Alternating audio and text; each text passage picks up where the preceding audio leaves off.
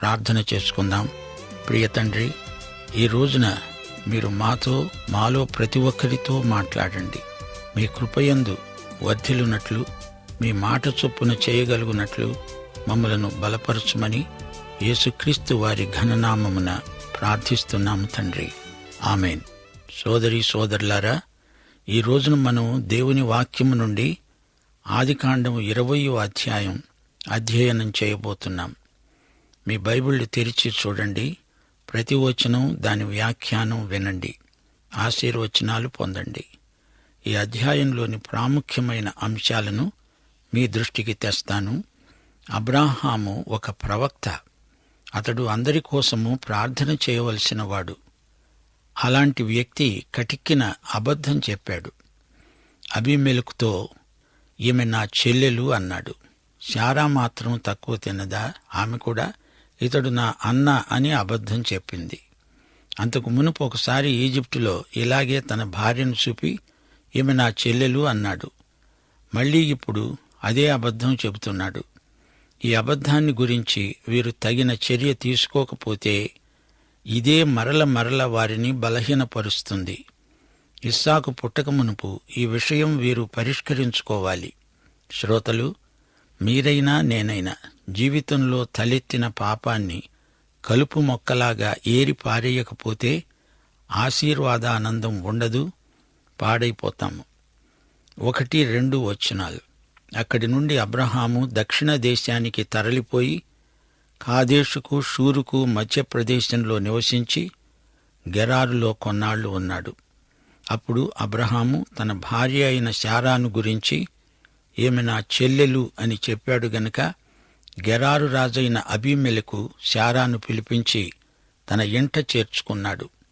అప్పుడు శారా వయస్సు 90 ఏండ్లు. అయినా ఆమె అందగత్తె. అంత వయస్సులో కూడా ఆమె అందం చెక్కు చెదరలేదంటే అది అద్భుతమే. వయస్సు ఆమె అందాన్ని తగ్గించకపోగా హెచ్చించింది. ఏమిటో మరి ఈ రహస్యం? అబ్రాహాము దక్షిణాదికి తరలి వెళ్లుతున్నాడు. కాదేషు బర్నియా వరకు వచ్చాడు. కాదేషు బర్నియా వరకు ఈజిప్టు నుండి ఇశ్రాయేలీయులు వచ్చి అక్కడ ఆగిపోతారు. ఈ కథ మీరు త్వరలో వినబోతారు. అబ్రాహాము గెరారుకు వెళ్ళాడు. అసలక్కడికి ఇతడు వెళ్లకుండా ఉంటే బాగుండేది. గెరారుకు వెళ్ళాడు.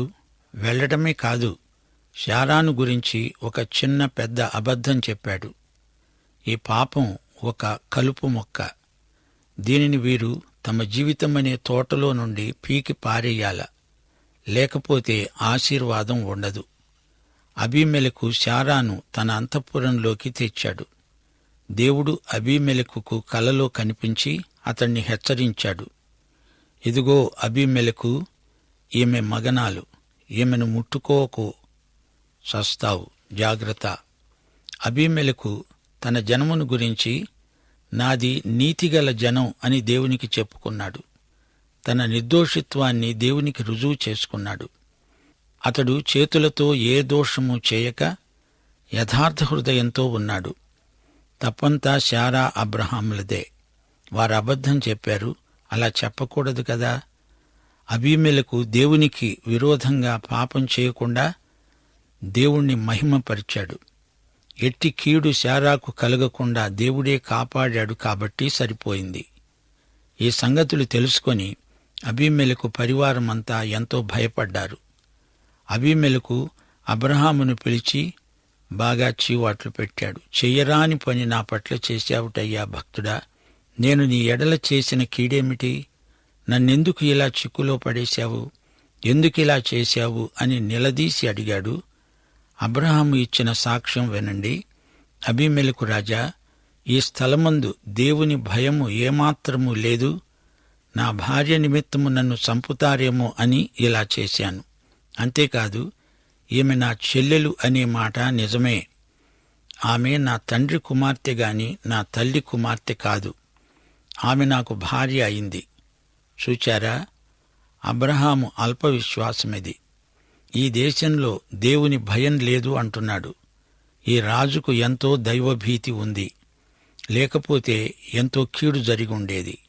అబీమెలెకుకు దేవుడు తెలుసు. మరి దేవుణ్ణి ఎరిగిన ఈ ప్రవక్త సంగతేమిటి? అబీమెలెకు సౌశీల్యం చూచి అబ్రహాము ఆశ్చర్యపోయాడు. సోదరీ సోదరులారా, అవతలి వ్యక్తులను గురించి తప్పుడు అంచనాలు వేయకండి. ప్రజల్లో ఇలాంటి మంచివాళ్ళెందరో ఉంటారు. వారి ఎదుట మన ప్రవర్తన విషయమై జాగ్రత్త. అబ్రహాము చెప్పింది సగం అబద్ధం. ఈమె వరుసకు నా చెల్లెలవుతుంది, కాని ఈమె నా భార్య అని ఇప్పుడు ఒప్పుకుంటున్నాడు. సగం అబద్ధం అంటే మొత్తం అబద్ధం కిందికే వస్తుంది. జాగ్రత్త. ఆమె సగం చెల్లెలు, మిగతా సగం భార్యనా? కాదు, ఆమె నా భార్య అనే చెప్పాలి. లేకపోతే అదంతా ఒకే అబద్ధం. ఏమాత్రం తెలియదా తనకు? అబ్రహాము ఇంకా అంటున్నాడు, దేవుడు నన్ను నా తండ్రి ఇల్లు విడిచి దేశాంతరము పోయేటట్లు చేసినప్పుడు నేను ఆమెను అడిగాను, మనము వెళ్లే ప్రతి స్థలమందు నేను నీ సహోదరుణ్ణి అని నన్ను గురించి చెప్పు, నీవు నాకు చేయవలసిన ఉపకారమిదే. ఏమిటిదంతా? అబ్రాహాముకు దేవుని యందు పూర్తి నమ్మకముందా? వెళ్లిన చోటనెల్లా భర్తను పట్టుకొని అన్నా అని చెప్పాలట. ఆ విధంగా చెబితే ఎవరూ అబ్రహాము జోలికి రారట. ఇదెక్కడి విశ్వాసం? ఈ సూత్రమే ఒకసారి ఈజిప్టులో ప్రయోగించాడు, ఇప్పుడు గెరారులో మళ్లీ ప్రయోగిస్తున్నాడు. తమకు కొడుకు వారసుడు కావాలి. దేవునికి ప్రార్థన చేస్తున్నారు. కాని వీరి అల్పవిశ్వాస సంబంధమైన ఈ అబద్ధం మాటేమిటి? ఇది పరిష్కారమయ్యే వరకు దేవుడు వారి ప్రార్థనలకు జవాబు ఇయ్యడు. ఈ సమస్యను వీరు ఎదుర్కొని దీన్ని తొలగించే వరకు ఇస్సాకు పుట్టడు, వీరికి వారసుడు కలగడు. అంతే. చాలామంది క్రైస్తవ విశ్వాసులున్నారు. వీరు తమ జీవితంలో పొడసూపిన పాపాలను పసిగట్టలేరు, వాటిని తొలగించలేరు.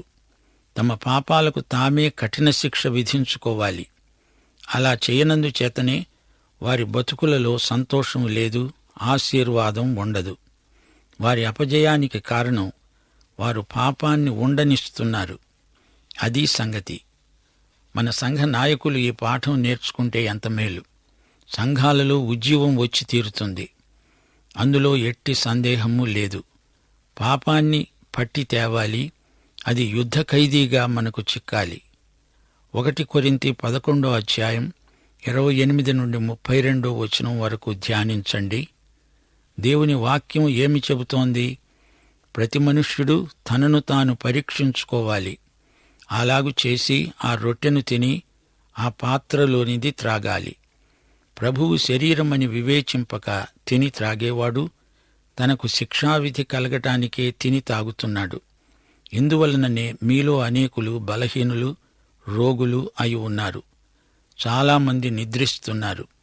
అయితే మనలను మనమే విమర్శించుకోగలిగితే తీర్పు పొందము. మనము తీర్పు పొందిన ఎడల లోకముతో పాటు మనకు శిక్షావిధి కలుగకుండా ప్రభువు చేత శిక్షించబడుతున్నాము. సంఘములో గాని, వ్యక్తిగత విశ్వాసుల జీవితాలలో గాని ఆశీర్వచనాలు వెనుకబట్టడం ఎందుకో తెలుసా? జీవితంలో మనకు తెలిసిన పాపమేదైనా సరే దాన్ని ఉండనీయకూడదు. ఈ అధ్యాయం మనకు నేర్పే గుణపాఠం ఇదే. సరే, అబీమెలెకు అప్పుడేమి చేశాడు?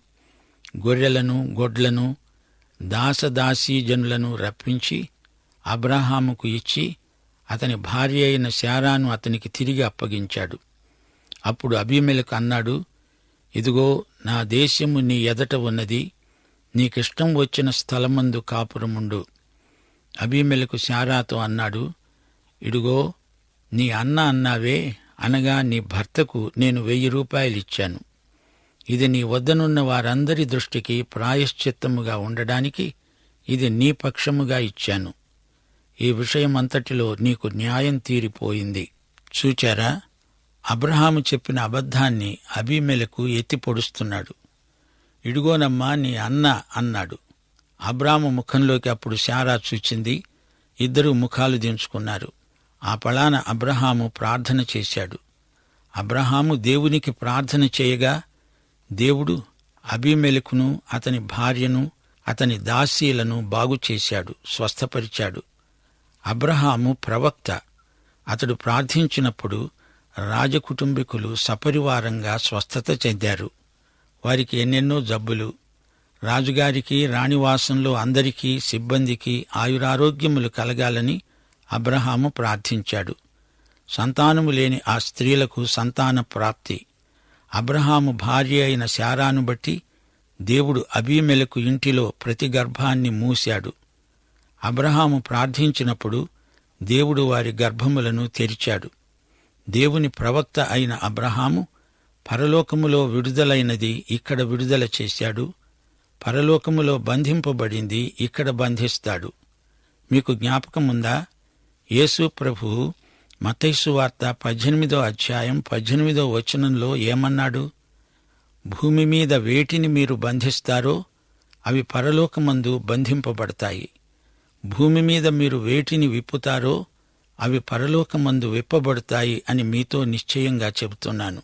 ఈ వచనాన్ని చాలామంది అపార్థం చేసుకుంటున్నారు. జాగ్రత్తగా వినండి. భూమి మీద మీరు బంధించారు, అది పరలోకమందు అంతకు ముందే బంధించబడింది. భూమి మీద మీరు వేటిని విప్పుతున్నారో అవి పరలోకమందు అంతకు ముందే విప్పబడినవి. యేసు ప్రభు నేర్పిన మాదిరి ప్రార్థన మరల మీకు జ్ఞాపకం చేస్తాను. తండ్రి, నీ చిత్తము పరలోకమందు ఎలాగో అలాగే భూమి యందు నెరవేరునుగాక. అంటే పరలోకమందు దేవుని చిత్తం నెరవేరుతుంది. అక్కడ నెరవేరే దేవుని చిత్తం దేవుని దాసుల ద్వారా, వీరి ప్రార్థనల ద్వారా ఇక్కడ నెరవేరుతుంది. అక్కడ నెరవేరింది ఇక్కడ మనము నెరవేరుస్తాము. ఏలియా ప్రార్థించాడు, వర్షం రాలేదు. మరల ప్రార్థించాడు, వర్షం వచ్చింది. ఇదంతా పరలోకంలోని దేవుని చిత్తాన్ని దైవసేవకుడు ప్రార్థన ప్రసవ వేదన ద్వారా నెరవేర్పునకు తెస్తాడు అని అర్థం. గ్రహిస్తున్నారా? సోదరీ సోదరులారా, ఈ విశాల ప్రపంచంలో దేవుని నియమాలు పనిచేస్తాయి. అవి అమలులో ఉన్నాయి.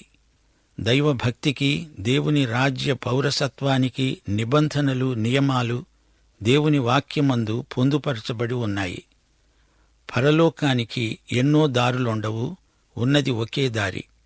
దేవుని వాక్యమే పరలోకానికి మార్గదర్శి. ఇందులో మనకు అవసరమైన హెచ్చరికలు, హితోపదేశాలు ఉన్నాయి, మందలింపులున్నాయి. పరలోక రాజ్యానికి చేరడానికి ఉపయోగించే ప్రబోధాలు ఎన్నో ఇందులో ఉన్నాయి.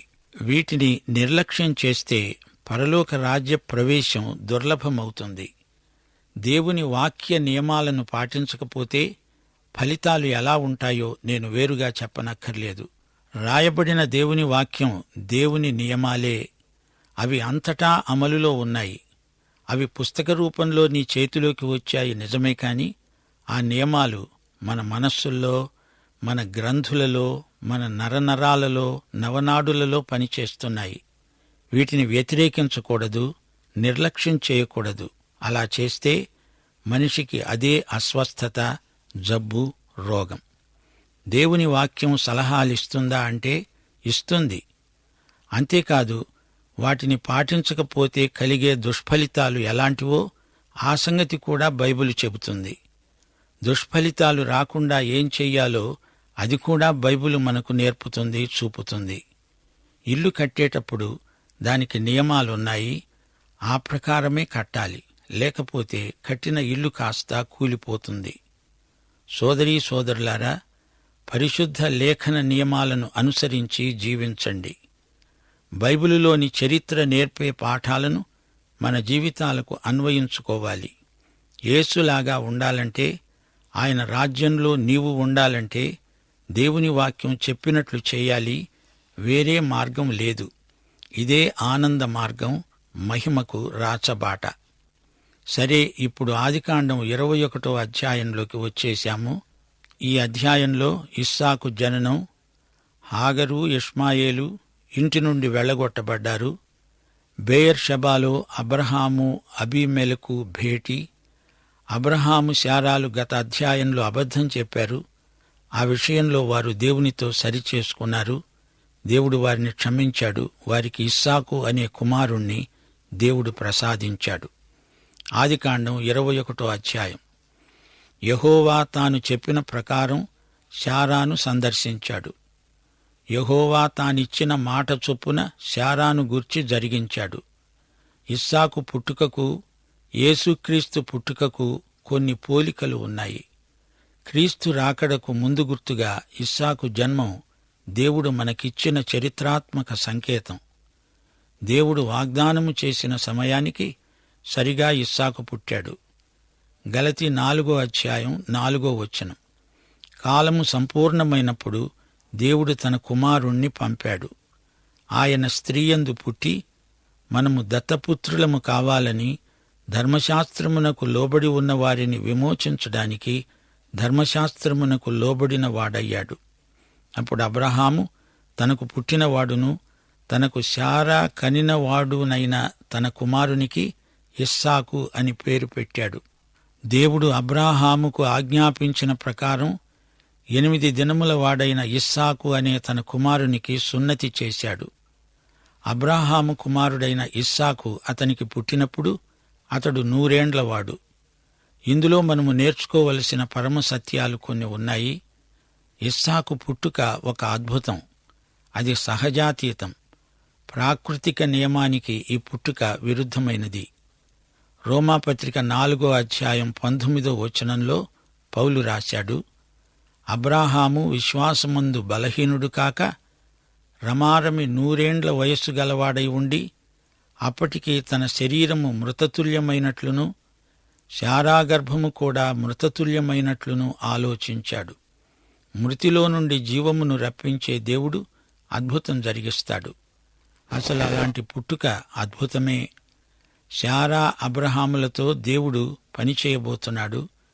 దేవుడు అకస్మాత్తుగా ఈ అద్భుతం చేయలేదు గాని ఈ సంఘటన కోసం ప్రజలను సిద్ధపరుస్తూ వచ్చాడు. వారి వయస్సు దృష్ట్యా వారికి సంతానం కలగడం అసాధ్యం. అబ్రహాముకు 100 ఏండ్లు, శారాకు 90 ఏండ్ల వయస్సు వచ్చింది.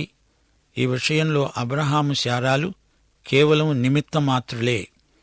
వారి సహజ శక్తి బలము ఏమాత్రమూ పనిచేయవు. ఇది కేవలం దేవుని పని, దేవుని క్రియ. తన నిస్సహాయ స్థితికి, దేవుని మహాకృపకు, తన సంతాన ప్రాప్తికి దేవునికి కృతజ్ఞతలు చెప్పుకుంది శారా. ఇది శారా పాడిన పాట. నవ్విన నాపుచేను పండింది అని సామెత. శారా కంటోంది. గొడ్రాలికి దేవుడు గర్భఫలమిచ్చాడు. వృద్ధాప్యమందు శారా కుమారుణ్ణి కన్నది. ఆమె తల్లి అయింది. అంతా దేవుని కృప. శారా నిమిత్తమాత్రురాలు. ఆ పిల్లవాడు పెరిగి పాలు విడిచాడు. ఇస్సాకు పాలు విడిచిన రోజున అబ్రాహాము గొప్ప విందు చేశాడు. తల్లి పాలు తాగిన ఇస్సాకు పాలు విడవాల్సిన రోజు వచ్చేసింది. చంటిబిడ్డ ఏడ్చాడంటే పాల కోసమే. కొత్తగా జన్మించిన దేవుని బిడ్డలకు వాక్యమనే పాల కోసం అలాంటి ఆకలి ఉండడం మంచిది. రాను రాను ఈ శిశువుకు ఎదుగుదల వచ్చేస్తుంది. ఆధ్యాత్మిక బాల్య దశలో ఏదో కీర్తనలు చదువుకోవచ్చు, 23వ అధ్యాయం చదవచ్చు, యోహాను 14వ అధ్యాయం చదివితే తృప్తి కలుగుతుందా? అంతటితో ఆగరు. బైబిలంతా చదవాలి అనే ఆసక్తి కలుగుతుంది. ఎదగాలి, ఎదుగుతూ ఉండాలి. ఎదగకపోతే అదొక జబ్బు, బలహీనత. హెబ్రీ పత్రిక 5వ అధ్యాయం 13-14 ఎదుగుదల లేని వారిని పౌలు పేర్కొంటూ అంటున్నాడు, పాలు తాగే ప్రతివాడు శిశువే గనుక నీతివాక్య విషయంలో అనుభవము లేనివాడు. వయస్సు వచ్చిన వారు అభ్యాసము చేత మేలు కీడులను వివేచించడానికి సాధకము చేయబడిన జ్ఞానేంద్రియములు గలవారు గనుక బలమైన ఆహారము వారికే తగును. సోదరీ సోదరులారా, ఎదగండి, పరిపక్వత వైపు ఎదగండి. అప్పుడు అబ్రహామునకు ఈజిప్టు దేశీయురాలైన హాగరు కన్న కుమారుడు పరిహసించటం శారా చూచి అబ్రహాముతో అన్నది, ఈ దాసిని దీని కుమారుణ్ణి వెళ్లగొట్టు. ఈ దాసి కుమారుడు నా కుమారుడైన ఇస్సాకుతో వారసుడై ఉండడు. ఇస్సాకు పుట్టుకతో ఆ కుటుంబంలో సమస్యలు మొదలైనవి. హాగరు కుమారుడైన ఇష్మాయేలు వెటకారంగా నవ్వుతున్నాడు, ఎగతాళి చేస్తున్నాడు. ఇష్మాయేలు అసలు స్వభావం ఇప్పుడు బయటపడింది. ఇంతవరకు ఇష్మాయేలు బాగానే ఉన్నాడు. అయితే ఆ కుటుంబంలో మరో శిశువు కనిపించగానే తన అసలు బుద్ధి బయటపడింది. గమనించాలి, ఇందులో మనకు గొప్ప దృష్టాంతం కనిపిస్తోంది. విశ్వాసిలో 2 స్వభావాలున్నాయి. నీవు రక్షించబడేటంత వరకు నీ పాత స్వభావమే నీకుంది. ఆ స్వభావమే నీ చేత పని చేయిస్తుంది. పాత స్వభావం ఎంత చెబితే అంత చేస్తావు. స్వభావరీత్యా పని చేస్తావు. నీవు తిరిగి జన్మించినప్పుడు నీకు కొత్త స్వభావం వస్తుంది. దానితో సంఘర్షణ మొదలవుతుంది.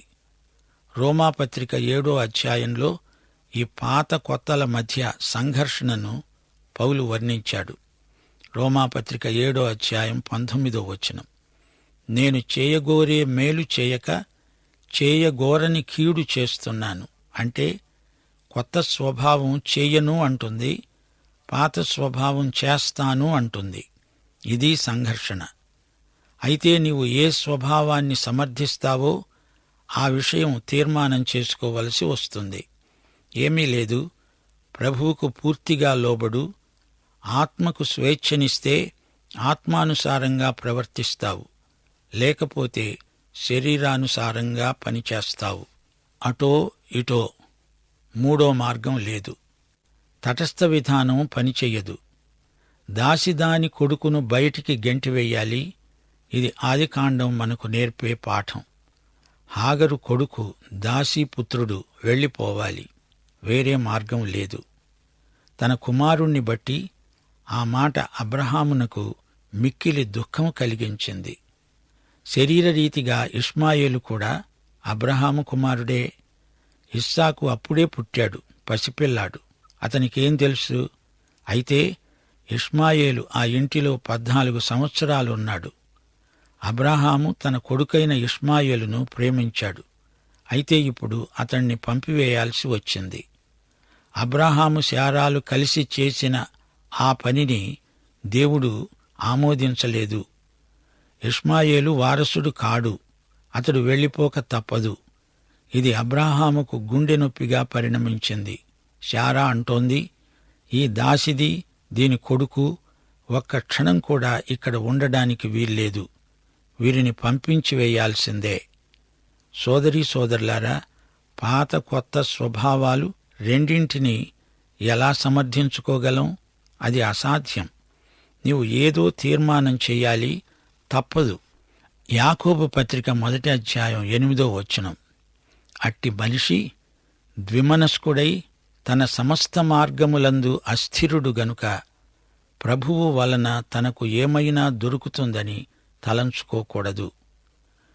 ఇటు లోకము కావాలి, అటు ప్రభువు కావాలి అంటే కుదరదు. 2 స్వభావాల మధ్య ద్విమనస్కత అన్ని విధాలా అరిష్టదాయకం. 2 స్వభావాలతో ఒకేసారి ఎలా జీవించగలవు? 2 గుర్రాల స్వారీ అసాధ్యం. నీవు ఏదో ఒక్క గుర్రాన్ని ఒకేసారి స్వారీ చేయగలవు. ఈ విషయంలో రోమాపత్రిక 6వ అధ్యాయం 13వ వచనం మనకు గొప్ప హెచ్చరిక. మీ అవయవములను దుర్నీతి సాధనములుగా పాపమునకు అప్పగించవద్దు. అయితే మృతులలో నుండి సజీవులము అనుకొని మిమ్మును మీరే దేవునికి అప్పగించుకొనండి. మీ అవయవాలను నీతి సాధనములుగా దేవునికి అప్పగించండి. దీనికి ఇంకా వివరణ కావాలి. రోమాపత్రిక 8వ అధ్యాయం 3-4 వచనాలలో పౌలే దీన్ని వివరించాడు. వినండి. ధర్మశాస్త్రము దేనిని చేయజాలకపోయిందో దానిని దేవుడు చేశాడు. శరీరమును అనుసరింపక ఆత్మను అనుసరించి నడుచుకొనే మనయందు నీతివిధి నెరవేర్చాలని యేసు శరీరమందు పాపానికి శిక్ష విధించాడు. పాత స్వభావాన్ని ధర్మశాస్త్రం అదుపులో పెట్టలేకపోయింది. గనుక దేవుని ఆత్మ వచ్చి కొత్త స్వభావాన్ని బలపరిచి ధర్మశాస్త్రము చెయ్యజాలనిది తానే చేశాడు. ఇష్మాయేలు దాసిదాని కుమారుడు తన నిజస్వభావాన్ని బయలుపరుచుకుంటున్నాడు. ఇష్మాయేలు తన సోదరుడైన ఇస్సాకుతో సహజీవనం చెయ్యలేడు. అందుకే ఈ రెండు జాతుల మధ్య నేటి వరకు సయోధ్య లేదు. సోదరీ సోదరులారా, ఈ పాఠంలో మనం నేర్చుకున్న సత్యాలు ఎన్నో ఉన్నాయి. పాత స్వభావం, కొత్త స్వభావం, ఈ రెండిటి సంఘర్షణను జయించాలి. మనం ప్రార్థన చేసుకుందాం. దేవా తండ్రి, నేటి పాఠంలో మీరు మాకు నేర్పిన సత్యాలు మేము మననం చేసుకుంటాము, వాటిని ఆచరణలో పెడతాము. మీ ఆత్మ నింపుదల, నడుపుదల మాకు అనుగ్రహించుమని యేసు నామమున ప్రార్థన చేస్తున్నాము తండ్రి. ఆమేన్.